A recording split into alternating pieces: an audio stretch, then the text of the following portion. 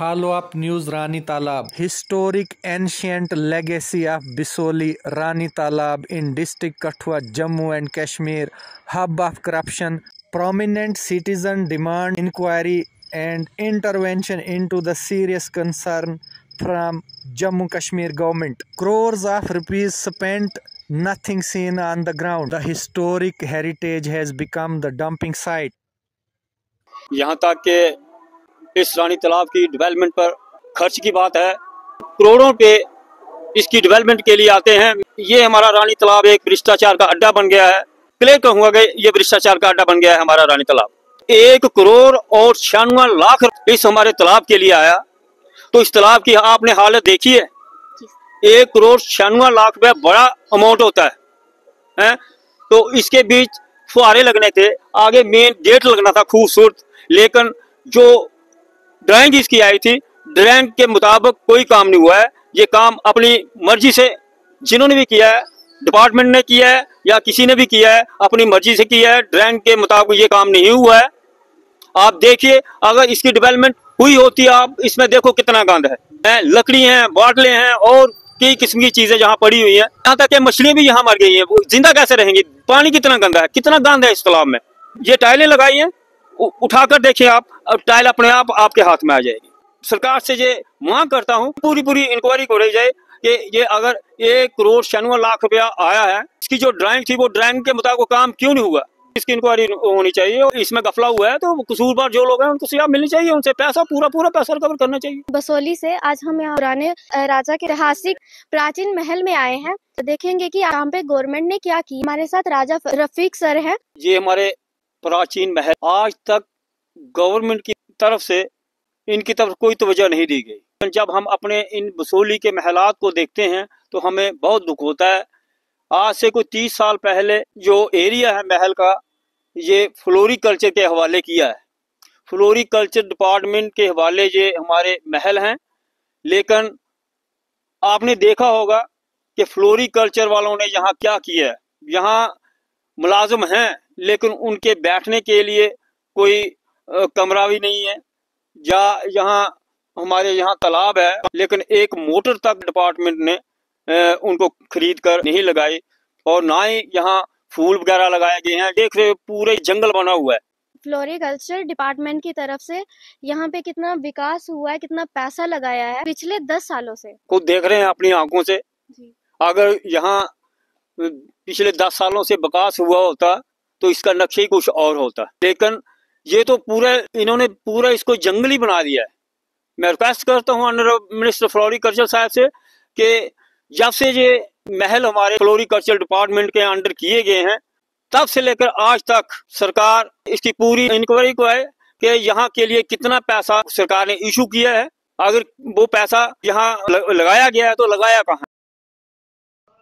हमारे साथ बराह रास्त जुड़ चुके हैं राजा रफीक, जो बिसोली के रहने वाले हैं और बड़ी बेबाकी के साथ भ्रष्टाचार के खिलाफ आवाज बुलंद करते हैं। आए दिनों हमने रानी तालाब बिसोली के बारे में जो है भ्रष्टाचार का अड्डा इन्होंने कहा था, उसके लिए हमने न्यूज कवर की थी, और यहाँ भी काम दोबारा से शुरू हो चुका है। फॉलो अप न्यूज के लिए हम फिर जुड़ चुके हैं। राजा रफीक सर, कैसा काम चल रहा है डेवलपमेंट का, और क्या कुछ बदलाव देखने को मिल रहा है? बादशाह साहब शुक्रिया, बहुत अच्छा काम चल रहा है इस वक्त तालाब में। वहाँ तालाब में सफाई भी हो गई है और फुहारे भी लग गए हैं, गेट भी बड़ा सुंदर लगा है। डिस्ट्रिक्ट एडमिनिस्ट्रेशन से ये रिक्वेस्ट करता हूँ कि जितने भी जो बसोली में काम चल रहे हैं उनकी निगरानी वो लगातार करते रहें। मैं ऑनरेबल मिनिस्टर टूरिज्म व फ्लोरिकल्चर जी का बहुत ही शुक्रगुजार हूँ। बहुत जल्द उस पर अमल किया। मैं बहुत आभारी हूँ अपने मिनिस्टर साहिबान का। बाकी जो आपने एक और वहाँ से इशू रेज किया था कि वहाँ जो गार्डन है और हमारा प्राचीन वहाँ पे किला है, उसकी भी खस्ता हालत आपने बताई, और फ्लोरिकल्चर का स्टाफ भी में नहीं दिखा था, और ना ही उनके लिए रहने के लिए और ना ही मोटर का वहाँ प्रबंध था जहाँ वो गार्डन को पानी दे। स्टाफ तो हमें अभी तक वहाँ मिला नहीं, लेकिन शेड जो है वो बन गया है। मैं ट्रैक्टर फ्लोरिकल्चर से ये रिक्वेस्ट करता हूँ कि जो भी वहाँ स्टाफ है उनको जितनी भी ज़रूरत जिन चीज़ों की हैं, जैसे मोटर है और वहाँ डेवलपमेंट का जो काम है वो जल्द शुरू किया जाए, ताकि जो सियाह बाहर से आते हैं, इस वक्त काफ़ी लोग जो हैं दूर दराज इलाकों से, बाहरी स्टेटों से यहाँ आ रहे हैं। हम सरकार से ये दरख्वास्त करते हैं कि पिछले 10 सालों में बसोली में किसी किस्म का कोई विकास नहीं हुआ है।